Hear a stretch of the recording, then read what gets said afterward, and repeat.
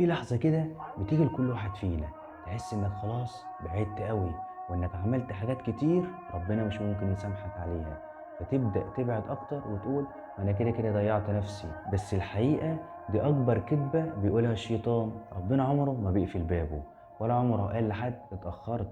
ده حتى لو رجعت بعد سنين هيستقبلك وكأنك عمرك ما غلطت. ربنا بيقول قل يا عبادي الذين اسرفوا على انفسهم لا تقنطوا من رحمة الله إن الله يغفر الذنوب جميعا. يعني مفيش ذنب كبير عليه، مفيش ماضي يمنعك، مفيش فات الأوان عند ربنا. تخيل كده، اللي بتستحي ترفع عينيك ليه هو نفسه اللي بيقولك ارجع لي أنا بحب التايبين.